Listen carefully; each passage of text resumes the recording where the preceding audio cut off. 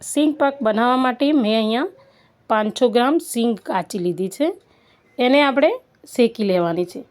તો હું શેકું ત્યાં સુધી તમે મને કોમેન્ટ કરીને બતાવજો કે મારા વિડીયો કેવા લાગે। જો આ રીતે શેકાઈ જાય સિંગ, પછી એના બધા ફોતરા કાઢી નાખવાના છે, અને આ રીતે ચોખ્ખી કરી અને એના ફોતરા કાઢી અને પછી એને આપણે મિક્સરમાં ક્રશ કરી દેવાની છે બધી ધીમે ધીમે, એકદમ પાવડર જેવું આવી રીતે બનાવી દેવાનું છે। આ બની જાય એના પછી આપણે છે ને એક થાળીની અંદર તેલ લગાવી અને એને મૂકી દેવાની, અને આપણે ઘી ગરમ કરવા મૂકીશું। તો ઘીની અંદર મેં અહીંયા 200 ગ્રામ ઘી લીધું છે।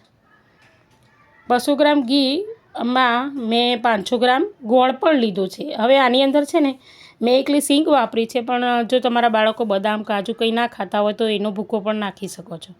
અને અહીંયા જે 500 ગ્રામ ગોળ છે એ મેં સમારીને રાખ્યો હતો, એ એકદમ ઢીલો, એને મેં ઘી ગોળનો પાયો કરવામાં, અહીંયા પૂરેપૂરો પાયો લાવવાનો નથી, બસ એકવાર ફીણ આવી જાય એટલે ગેસ બંધ એકદમ લો કરી અને પછી આ સિંગનો ભૂકો અંદર નાખી દેવાનો, અને આ બરાબર મિક્સ કરી દેવાનું છે, અને થાળીમાં કાઢી અને આ રીતે આપણે એને કરી દેવાનું છે થાળીમાં। આ રીતે સરસ થોડીક જ વારમાં એના પીસ પડી જાય એવું થઈ જશે એની થિકનેસ।